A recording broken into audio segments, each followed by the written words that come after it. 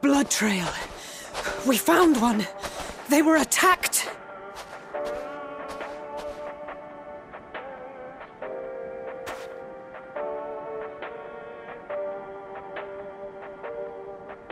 No.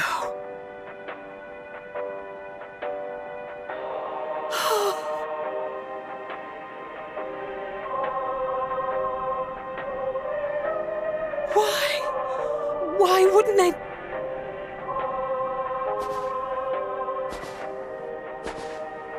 Safer to brave the wilds than trust in our magic.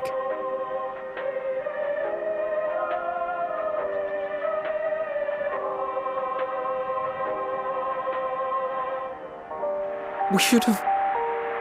I should have...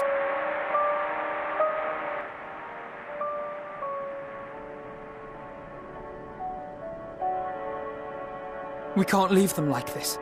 We have to take them home.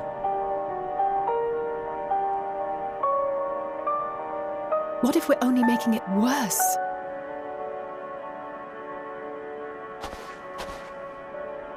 Maybe we don't belong here, but neither do they.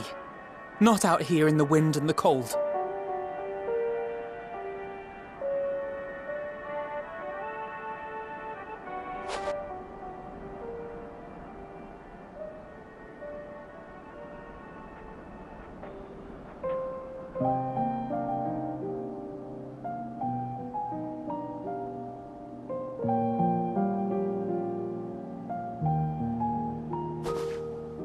I heard the story about Varus's voice from beyond the grave.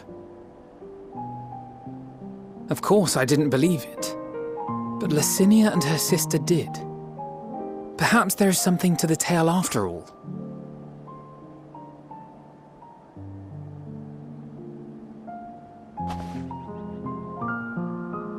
I want to understand, so I'm going to borrow this for a while, if that's all right.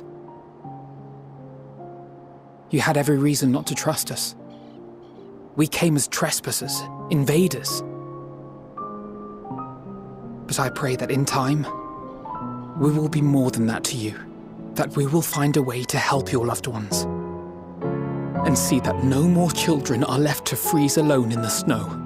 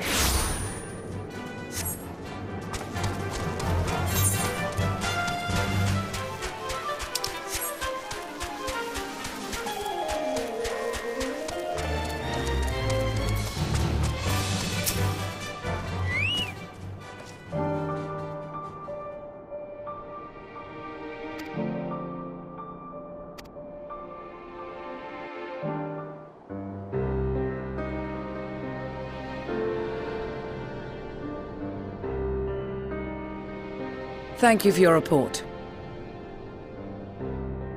We shall inform the troops of these developments and instruct them to proceed with the utmost caution should they encounter any survivors. Allow me to go and speak with the ones at the victor's spoils.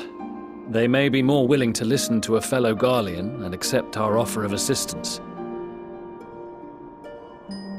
I pray you are right. And though I am loath to burden you any further, should there be an appropriate occasion to speak of Licinia and her sister, please do so.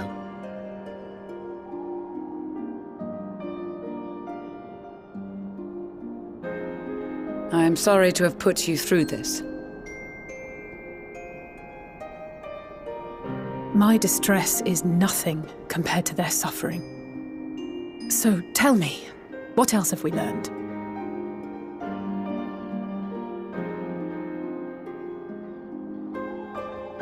As you may have already heard, we have succeeded in curing the members of the Populares, Maxima identified. They have provided us with some intriguing insights into the current state of Garlemald.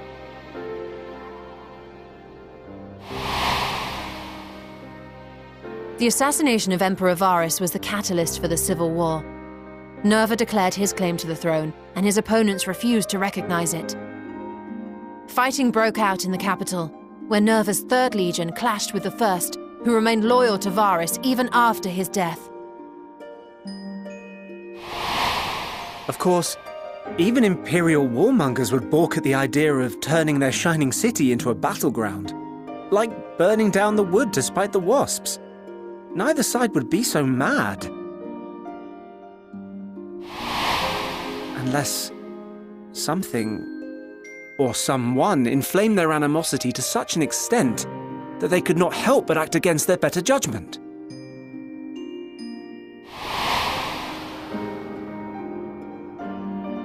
It brings to mind events at the Gimlet Dark, does it not?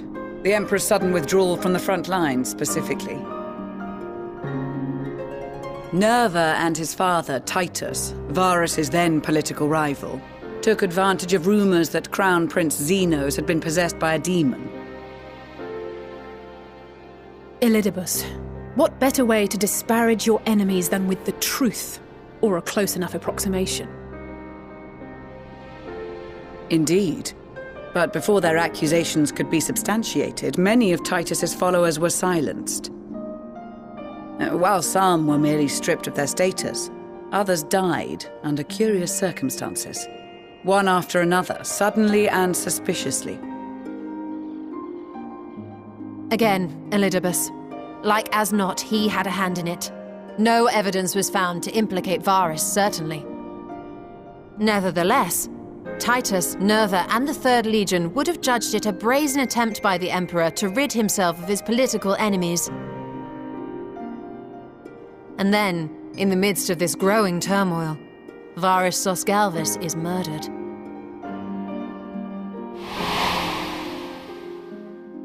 And Garlemald's own prodigal son, Gaius van Belsar, is named the murderer. Shortly thereafter, Nerva claims the right of succession, and in response, the First Legion claims the assassination was part of a coup d'etat orchestrated by Titus and Nerva.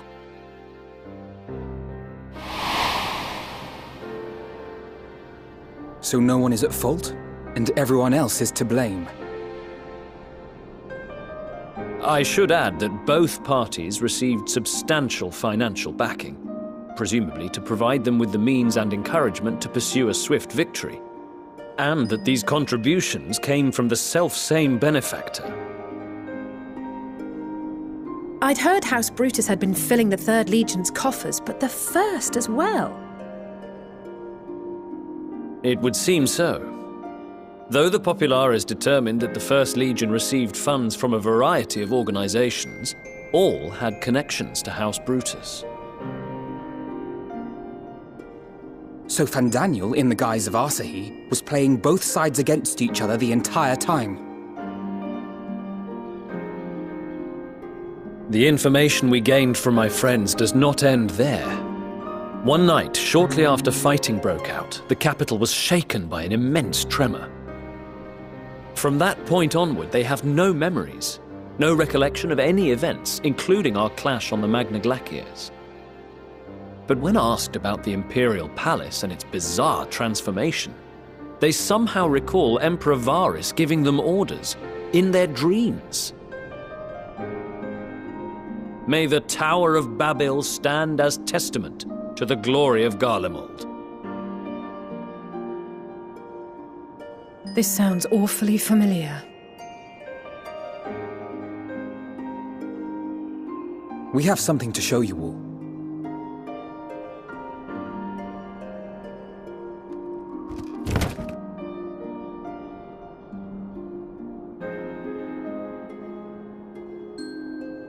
Varys spoke to them through this radio.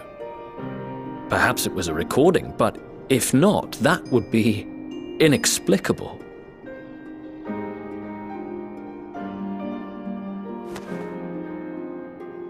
We are of one mind, then.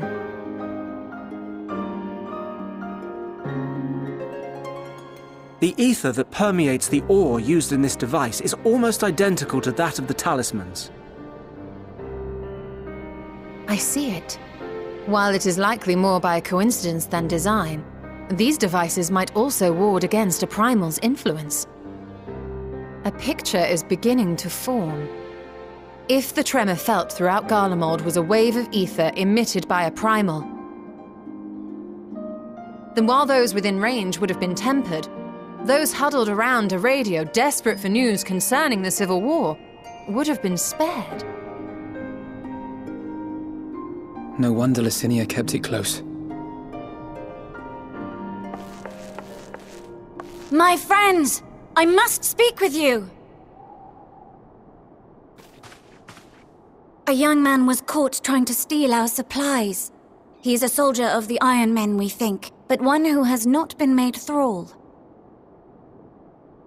Thankfully, Magni restrained him before blood was spilled.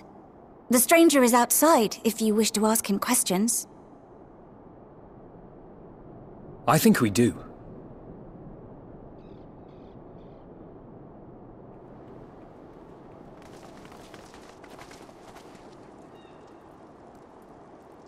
Who do we have here?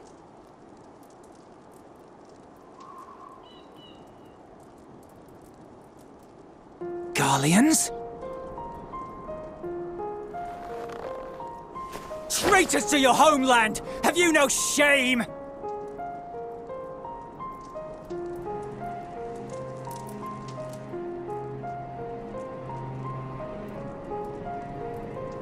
I am Lucia Junius, a Temple Knight of Ishgard.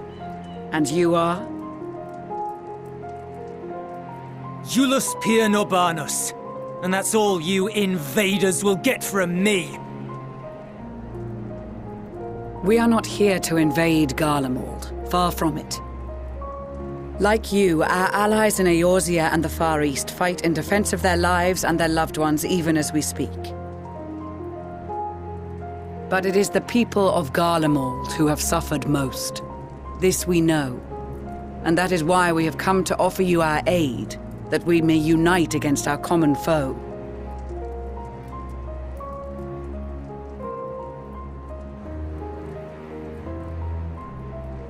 Whether you believe me or not, those are the facts. Now, answer me this. Why would a proud soldier of the Empire be reduced to stealing? The situation must be dire indeed for you to go to such lengths.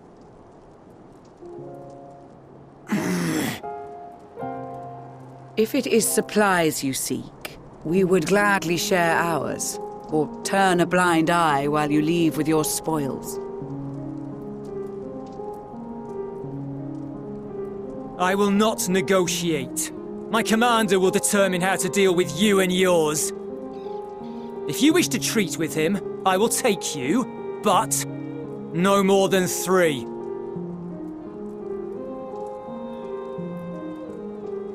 I don't much like the sound of that. But if we do accept his proposal, I suggest the 2 of us and...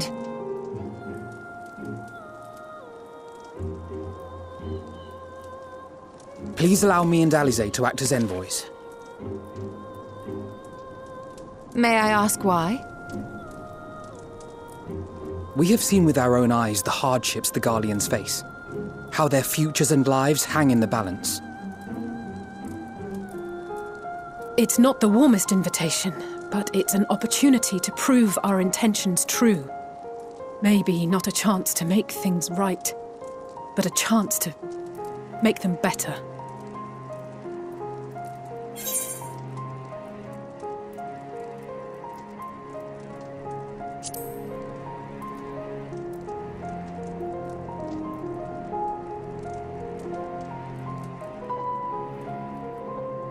I can see that persuading you otherwise is a lost cause, but you will proceed with the utmost care.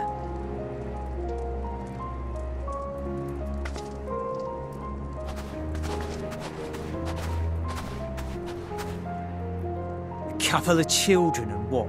A sellsword? Is this an insult? Not in the least. You will find that they are more than qualified to speak on our behalf. There are many dangers on the road ahead. I will need that back.